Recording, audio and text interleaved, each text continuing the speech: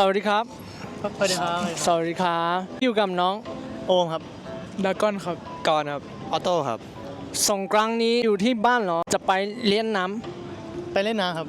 เล่นน้ำครับ ไปเล่นน้ำครับเล่นน้ำครับ ไปเลี้ยงที่ไหนครับ ซอยวัดด่านครับ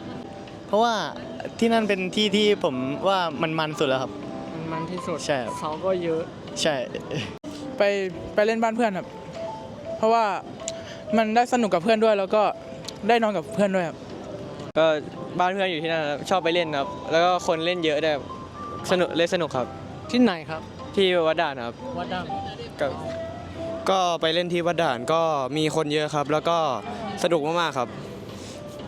เต้นเก่งไหม พอได้ คนนี้เลยครับ เฮ้ย ไม่คนนี้เลย พี่ให้ได้ไหมส่วน ได้ เล่นหน่อย